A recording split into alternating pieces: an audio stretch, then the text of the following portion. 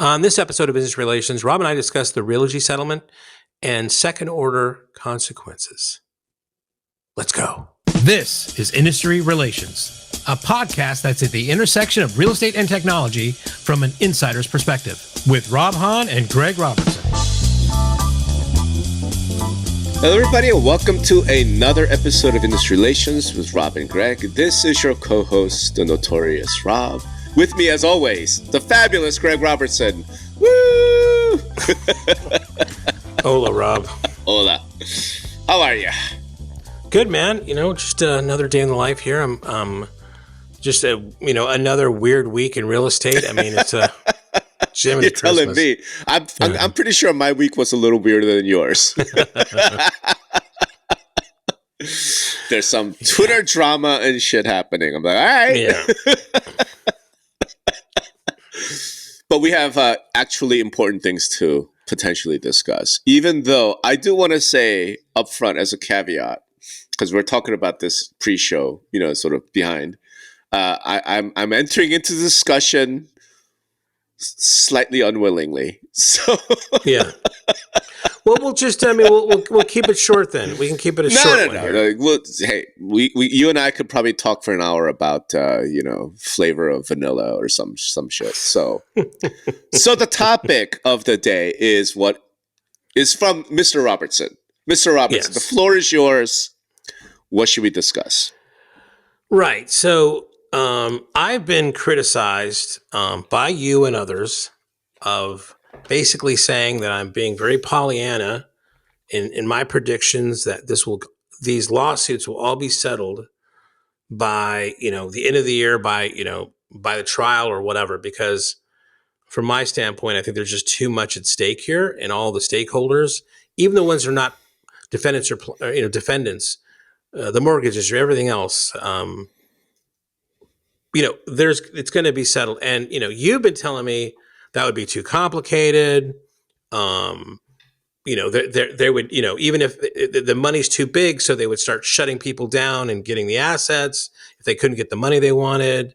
And then, lo and behold, surprise, surprise, it was announced this week that Anywhere had, as kind of the, follow the kind of the playbook of the MLS Penn kind of thing, had broken off and settled with, which one was it? Spitzer or Morale? What do you mean? Sitzer and Merle, both. Yeah. And I'm like, what I thought this couldn't be done. I thought this was not going to happen. And I guess want some clarification from you and others of like, okay, well, one thing I will say is that it's not very clear how this kind of like how they keep the copycat lawsuits out of there, because the articles did say that that was the intent, was to shut down anything going forward, right? So we'll have to see how that plays out. But and then it brought me to a thing where you've been highlighting and others that insurance doesn't cover a lot of these types of claims, right? Mm-hmm. So that goes me. I don't know why I didn't think of this question before. So I mean, there's a lot I'm dumping here, Rob. I'll just say that. Yeah. But one of the things I'm saying also is like, if you're an attorney, why would you fucking sue somebody that you couldn't get to the insurance money? Right? That seems really odd to me now looking back. Mm-hmm. But that's a salad there. There's a lot in there, and yeah. Would you like to toss the salad? Sure, let's toss this. Let's get into it. So, number one, I want to point out that my criticism, if you will, of your Pollyanna thing was never that no one would settle. I've always said I think the corporate defendants, at least one, will settle. Okay, and you and I have talked about it, and because you're the one who brought up traditionally, historically, Realogy tends to settle cases early. That they're usually the first. But you're the one who brought that up. My point was that the entire thing cannot be settled. I don't think a settlement is possible in Sitzer or Merle for the whole thing. Well, what do you mean the whole thing? Because there's different meaning like NAR cannot settle this case. Okay, but when you so anywhere can, but NAR. Anywhere I can. mean, sorry, but NAR can't. I don't believe so. No. Okay, so it's not like the whole thing can't be settled. You're saying NAR can't be no, can't and the whole settle it. thing can't be settled, right? In So other you're words, saying the Sitzer anywhere thing is bunk. no, anywhere thing, one corporate defendant and maybe multiple can settle. I'm saying the entire lawsuit cannot be settled. Okay, so in total, somebody's Right. going to have to pay. Somebody's going to have to get paid. This whole thing is going to go to trial. This whole thing will have a judgment. That's what I've been saying. Well, why? Right. If So if let's go through why. can, Right. Okay, all right. Because if you settle the whole thing, it means that the plaintiffs are giving up all the claims, right? And they're saying, hey, in exchange for this settlement amount and these rule changes, we'll agree to basically drop our case. We'll agree to stop suing. I mean, that's what a settlement is, right? Versus you have 5 defendants and one of the 5 settle. That's different, right? So Sitzer is still, right now, it's still going to trial. There are 4 defendants in that case now instead of 5, right? Mm-hmm. That's very different than the case is settled, right? If the case is settled, that means the entire case is gone. Everyone has come to some private understanding with the plaintiffs, and now there's no This trial. could be the first domino, right? I mean, Could be. It could be. I was just saying that I can't see NAR being able to settle this because there are too many co-conspirators involved for NAR, right? When Realogy, and here's one of the reasons I didn't want to talk about this, right? So we don't know what the terms of the settlement are, right? We just know that there was a press release. We heard. We heard a couple of things. We heard 83.5 million is one thing we heard. We heard that Realogy was looking at a $6.5 billion exposure in Missouri, right? What we've heard is also that part of the settlement, it covers all of Realogy's franchisees. Okay? We've heard those, but we don't know what else they agreed to, right? So I just didn't want to really get into this until we saw that. But you know what? We could do another show. So once the filing is available, we'll do a second show follow-up, right? One of the big things that we've talked about and we've kind of differed on are just, and again, I don't know what I don't know, but you've been saying and others have been saying, oh, it's $10 billion.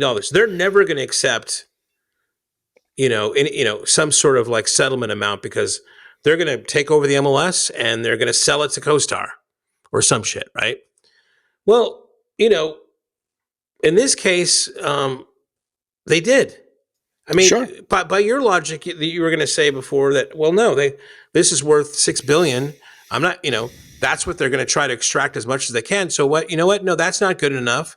Your $84 million is not good enough. So why don't you?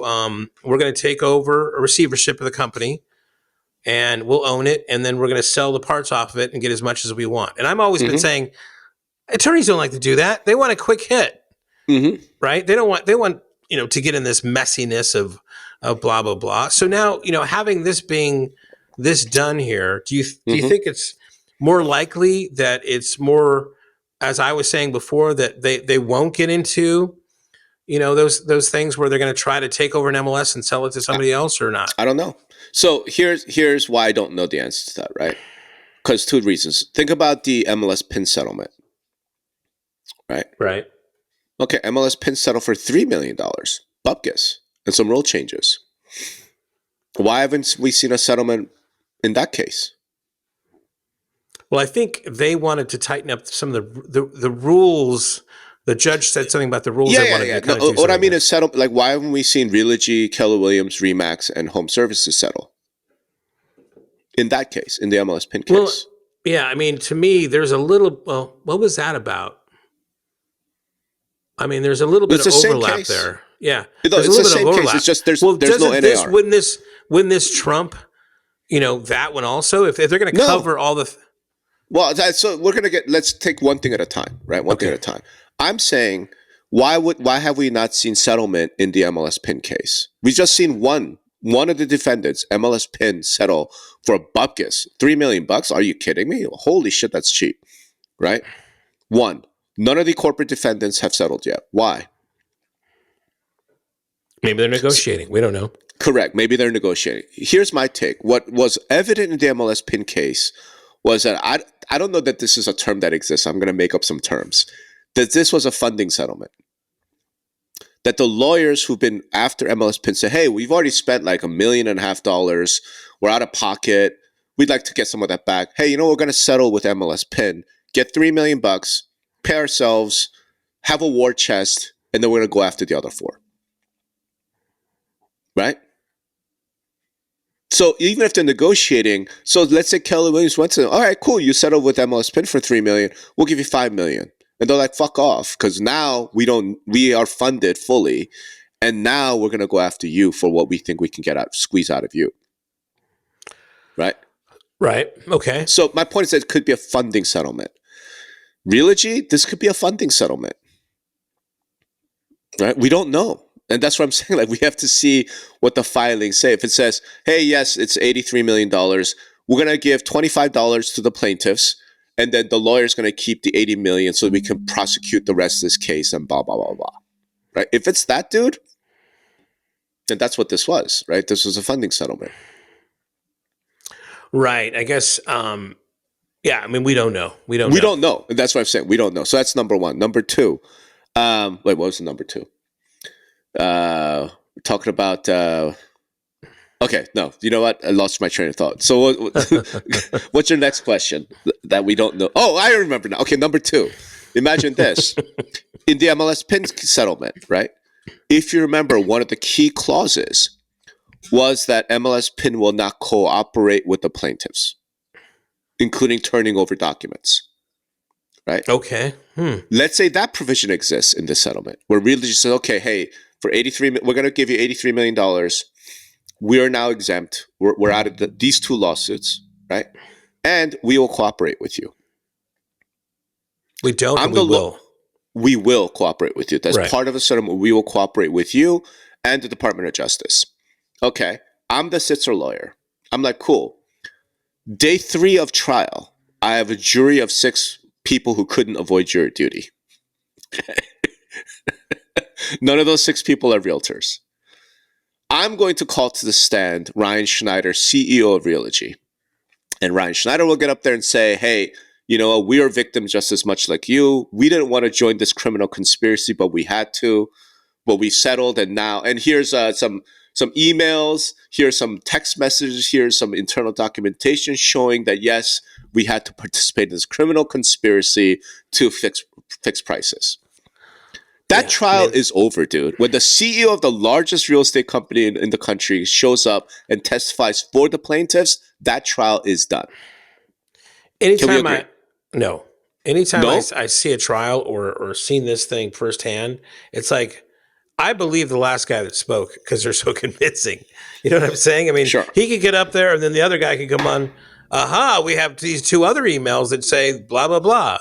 Which one do you believe? I mean, it's never black and white. That's why they play the game. That's why you go to court. Sure.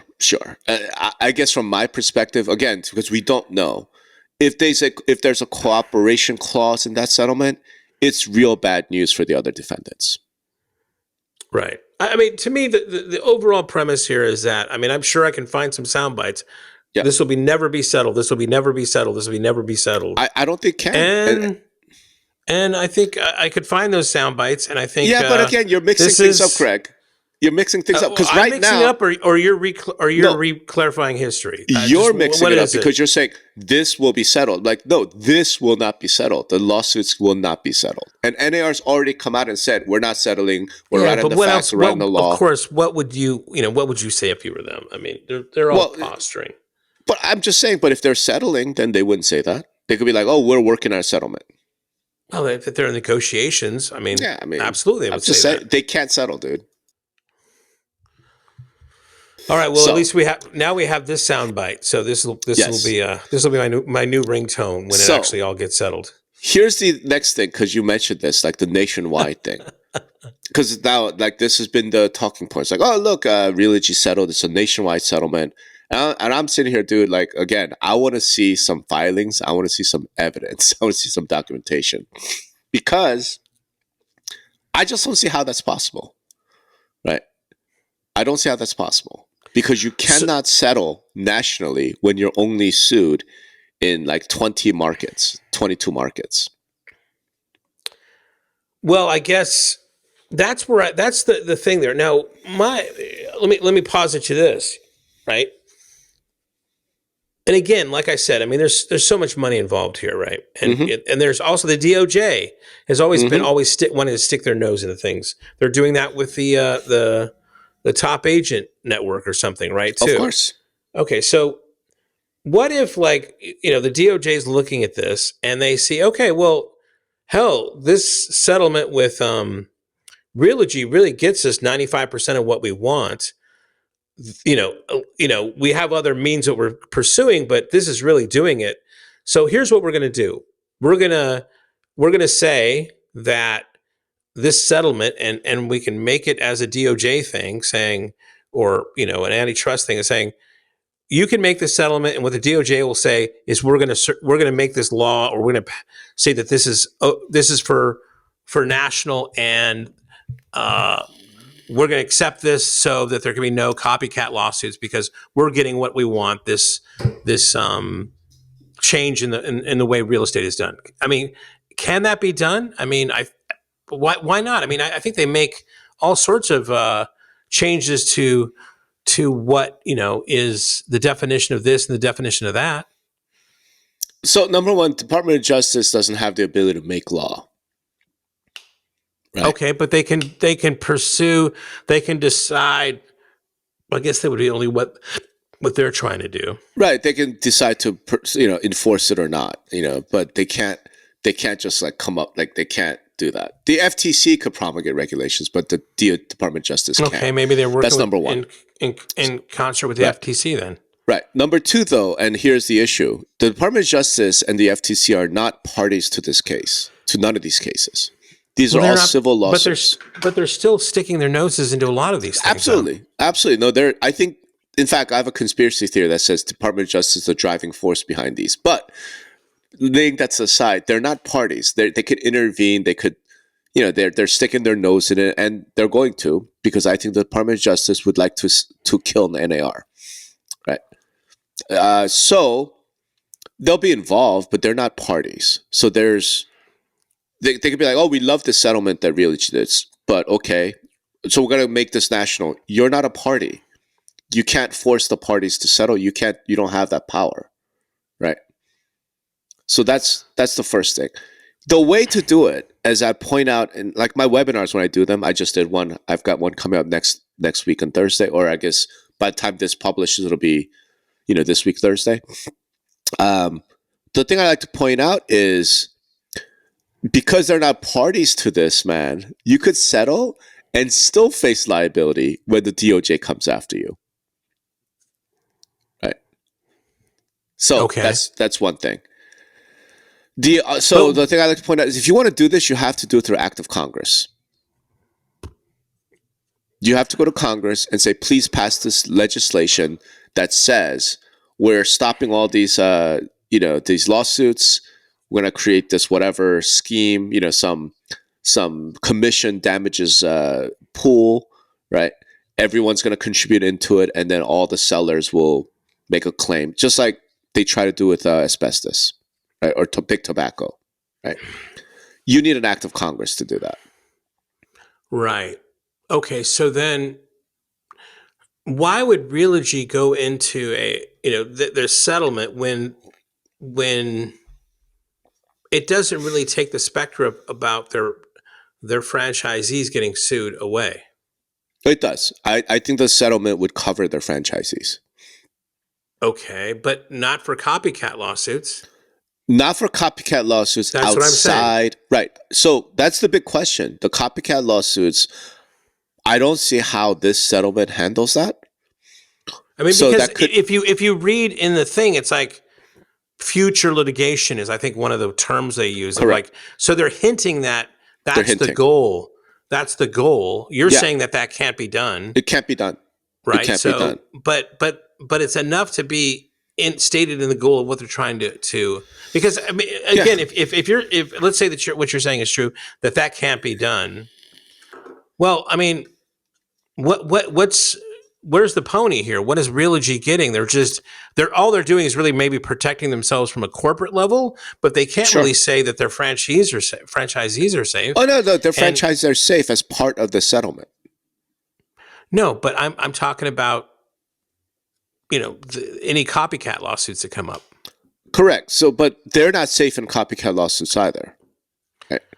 So Right. the key thing here to understand is, and I point this out in my webinars, is what I would call the future plaintiffs problem.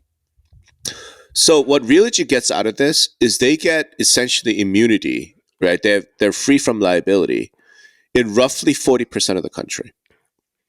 Right? So if you look at the 20 rural markets, right, Bright and whatever, Florida, Texas, if you look at those 20 markets, it's roughly 40% of NAR's membership, right? If you count up all the agents that belong to those MLSs. So I know it's bad logic, it's bad math, I get it, but there's no one's going to really done this. I'd say if it's 40% of the agents, it's probably 40% of the country, like from a real estate standpoint, right? So Realogy, by settling, will have gotten freedom from liability from 40% of the total. They're still exposed to the remaining 60%, right? But I mean, once they've settled like that, I'm sure the minute those lawsuits get filed, it's like, okay, cool. Here's what we'll settle, right? And those lawyers will now be like, cool. We don't even need to raise money to go to these lawsuits because we know Realogy will settle and fund our litigation. Right. Right. So there's a future plaintiff's problem. In case anybody's interested, the case that you need to be aware of is something called Esteban Ortiz versus Fireboard Corp. This is a Supreme Court case, right? And basically they overturned, this was during asbestos, the Supreme Court overturned a $1.5 billion settlement. Okay. Overturned it. Where the parties were like, yeah, we want to settle. It's $1.5 billion. We would like to settle. Supreme Court's like, you can't settle. Because what they were doing was settling on behalf of plaintiffs who hadn't sued yet. Right. You can't do that. So the only way to do this, like Ed Zorn talks about it, is you have to expand the case. Right? So basically the Merle lawyers would have to say, hey, our case was around 20, MLSs. Now it's nationwide. Now it's every single person who's ever sold a home since whatever, since 2015 or whatever it is, right? And the court would have to approve that. And the sister lawyers would have to agree and say, yeah, we're going to be part of that case now. Do you see what I mean? So right. I'm not saying it can't happen, but I need to see the filings. I need to see the court filings where they make that motion. And NAR and the defendants would then have to come back with, okay, cool. Now that the plaintiffs are every single person who's ever sold a home in the United States, the defendants are going to be every single broker, every single MLS, every single association. But don't you think that these guys are smart enough to kind of gameplay this out of, to the point of like understanding what would need to happen for them to get paid? Oh, of course. Of course. Right. So why didn't they kind of start with, I guess this is just another route that, maybe the gameplay is to get money first to fund the rest of the litigation. That could be one of the things. Sure. Okay. Let's go back to then, if you're telling me a lot of this stuff isn't covered by insurance, what's up with that? What do you know what's up with that? I mean, why go into some sort of litigation where, that it seems like the insurance companies are always the main party that pays, right? Mm-hmm. And you're saying a lot of this stuff is not going to be covered by insurance. None of it's covered. Yeah. Right. So that doesn't strike odd to you? It does, but how much money is there? How much money is there? Well, again, you're saying, not a lot, right? MLS Penn, paltry. It's not. This 83 or whatever that's being reported, not It's a not lot, a huge right? amount.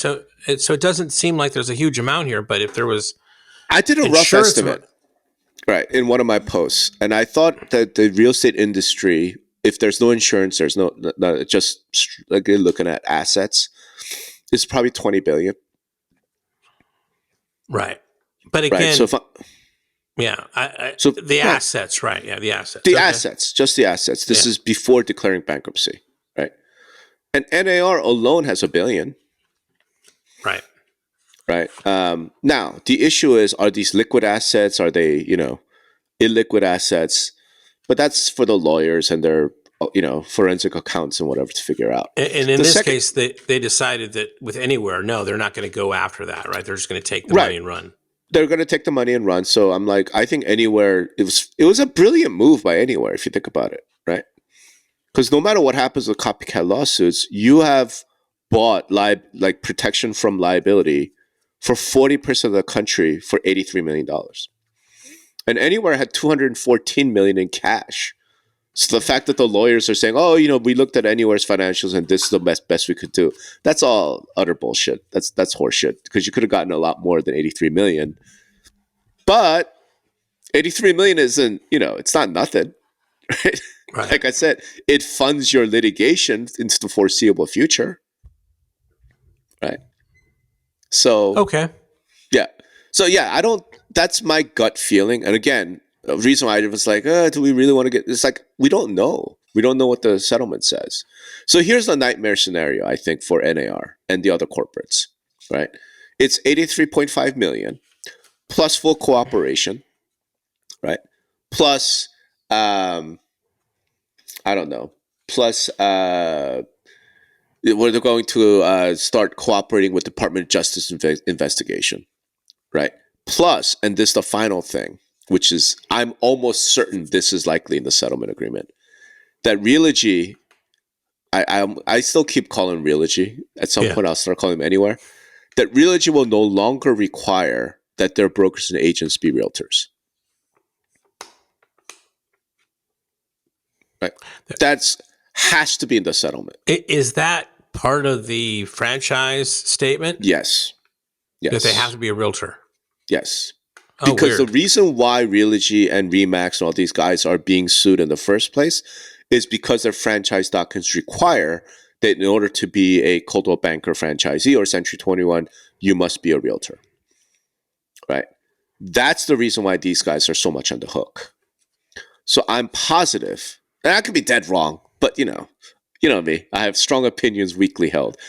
But right now, I'm positive that settlement that Realogy just struck says Realogy will no longer require its franchisees or agents to be realtors. We'll have to see. We'll have to see, right?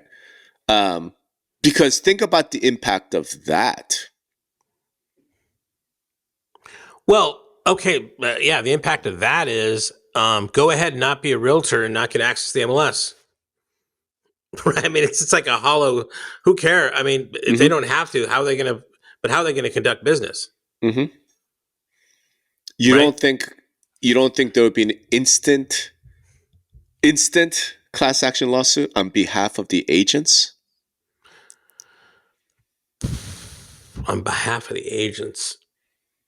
To keep in mind that in Thompson states, like you can't do that, right? So in Thompson states in California, all Realogy agents are now like, cool, I'll just pay for the MLS. I'm not paying for association. Well, in places where you can do that, not every place you can do that. Yeah. That's why I said the Thompson states, which is Florida, Georgia. No, is it Georgia, Alabama, and one other? I think it's Florida. Plus California, right? Right. Like by law, you're not allowed to tie MLS membership to realtor membership. Right, other jurisdictions different, but I'm like, you're going to get sued in all those other jurisdictions by the agents, by the Realogy agents. Yeah. Well, unless you're mandating that it's not saying that you can't be a realtor.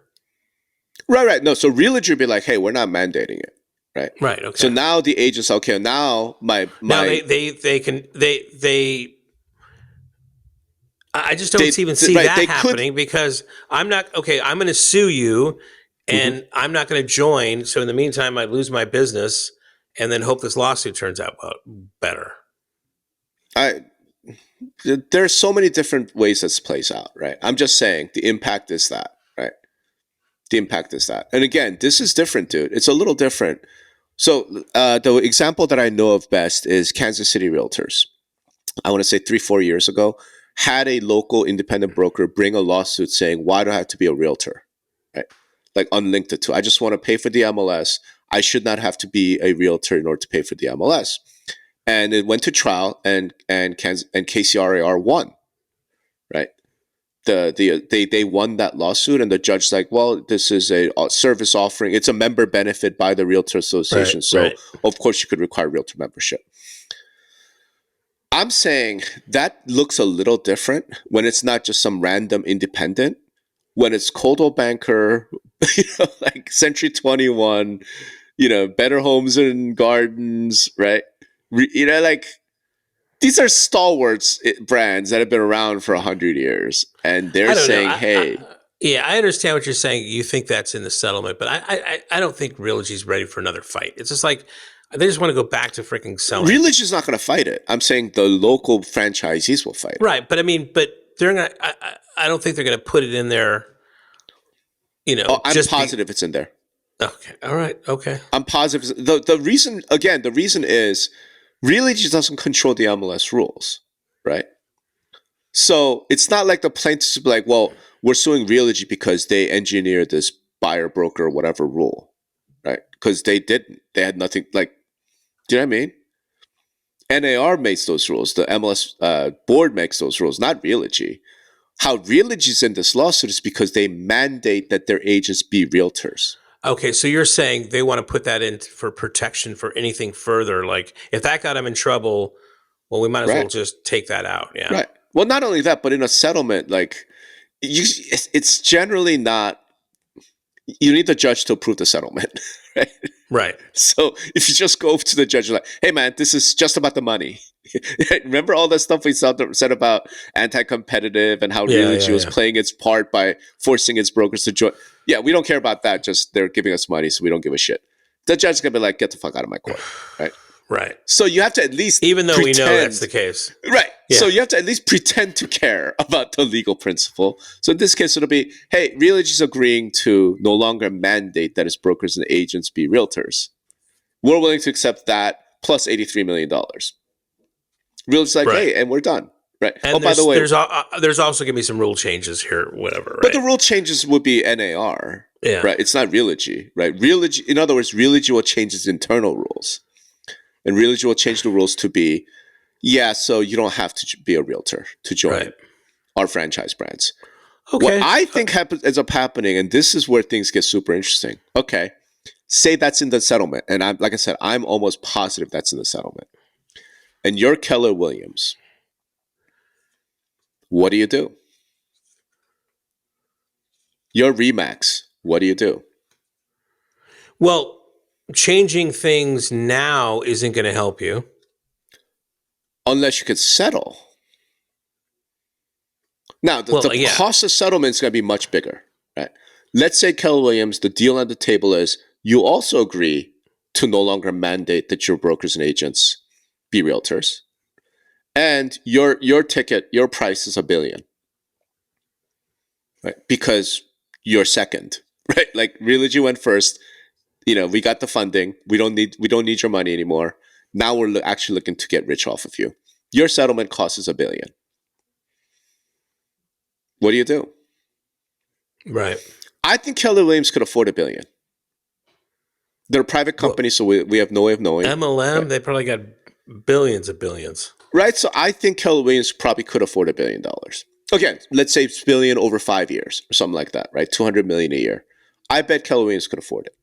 And they're in business. I think Keller Williams takes that deal. Right? Don't you? Okay, now you're Remax. Right? Same deal. Except you can't afford $1 billion, so I don't know. Like it's 500 million, whatever it is, right? I think you take that deal. Yeah, I don't think they've got that much money, but what? Yeah, so they say, fine, we're gonna squeeze you until you scream. But point is that you have to accept the the clause that says we are no longer going to mandate realtor membership. I think you take that deal, don't you? Right. So you're saying that after, if this settlement is approved from Realogy, and if they have that clause in there, Yep. do you think that the plaintiffs are mandating that clause, or Realogy's Yes. putting it in there? No, To I think the kind of plaintiffs cover are their mandating. ass I later think it's on. the plaintiffs. All right. So, But okay. I think the corporates would be more than happy to sign off on that, right? Because they know now going forward, we can't, our involvement with a quote conspiracy is minimal. Like we don't have one, right? Right. My point is this, man. So say that happens for Sitzer. Let's say the 4 corporate defendants all settle before trial date in Sitzer, right? And all 4 now have this clause that says we will no longer require our franchisees and agents to be realtors. Okay. Those 4 companies, what percentage of realtors belong to those 4 companies? A shit ton. I mean, you're still talking about some geographic limitations, but a shit ton. Sure. 50%? Yeah, I'd have to look at. I mean, I'd have to look it up as well. yeah. But between Keller Williams, Remax, Realogy, and BHHS, I would not be surprised that's 50%. Yeah, but I mean, I know what you're going to. You're going to say, so they're going to like say, I don't have to be a realtor anymore, so I'm going to call my local association. Says, I don't have to be a realtor anymore, and they're going to say, well, if you want MLS access and you want all the stuff the association provides you, yes, you do. Mm-hmm. Well, I'm going to sue you then. I don't know. I think that's so that's not sue. How about those 4 companies got together and say, let's form a national MLS. okay. Yeah. Well, now we're going into Rob Hahn. Now land. we're going to like total crazy ass speculation land. The thing I will point out though is this. Again, we're not talking about like rinky-dink startup brokerage. We're not talking about Fathom, right? Even though they're not that rinky-dink, right? And they're pretty large brokerage. Yeah, for sure. Right? We're not talking about Redfin, even though they're a very large brokerage. They don't have, dude. I'm just saying, just think about our industry, right? And those 4 companies specifically, right? I mean, they are the real estate industry in some respects, Right. I mean, do you know what I'm saying?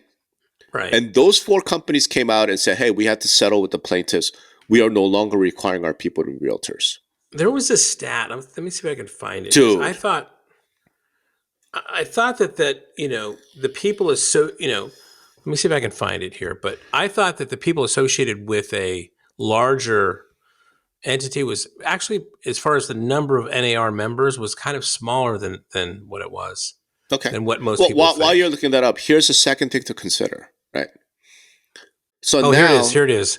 84% of brokers are independent and non-franchised, and 11% are independent franchised firms. Now, this is brokers. Yeah. So I don't know how that translates to.